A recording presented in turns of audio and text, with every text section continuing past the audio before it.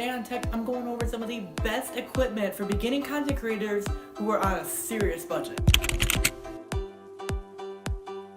Hi, welcome to Tech, the show where I literally just talk about tech. And today, I'm going over some of the best recording equipment that I even use to this day for beginning content creators that will not break the bank. So to start off, the first thing I recommend getting if you are a brand new content creator is to get an iPhone. Not necessarily the newest one, but maybe a used one or a refurbished one.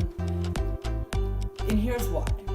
So this is why I believe that the iPhone is a really powerful tool for beginning content creators. Not only is it a really good camera and has a really good built-in microphone, but it also has a free video editor built into all iPhones called iMovie. Now, if you don't know, iMovie is a great free video editor that comes on all iPhones. It is simple, it is really easy to use, and you can still do quite a bit with iMovie.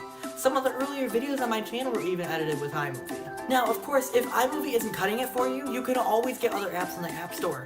One of which I highly recommend is called LumaFusion. LumaFusion is a really good video editor for both iPhone and iPad that allows you to do way more than iMovie could ever do. If you want to know more about LumaFusion, I'll leave a link down below to Jonathan Morrison's video where he edited an entire video off of LumaFusion on an iPad Pro. Okay, so then, well, what iPhone do I get? You can use any iPhone that you think will help you create content the best. However, you don't need the newest iPhone to create good content. You can easily use an iPhone that your parents used to have and then upgraded and left behind. Or you can go out and just buy a used iPhone off of the used iPhone market. There are plenty of iPhones on the used market, especially if you look at places like Craigslist, Letgo, and eBay. Alright, so if you're going to buy an iPhone, I totally recommend that you get an iPhone 6s Plus with 64 gigs or more of storage.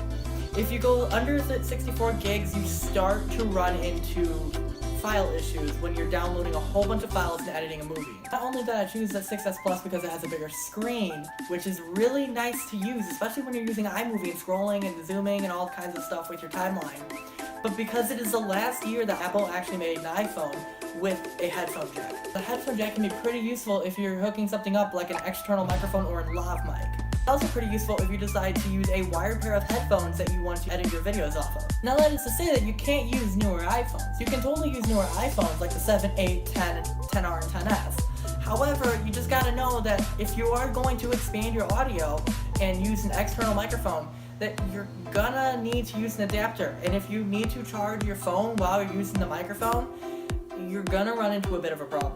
While one camera is great and all, two cameras are even better, which is why I recommend picking up a second camera, and that second camera should be a GoPro. The GoPro I have here is a GoPro Hero Plus. I've been using it for the past 3 years, and it's held up great, and I have put it through its paces. So the GoPro I have here is the GoPro Hero Plus LCD with built-in Wi-Fi.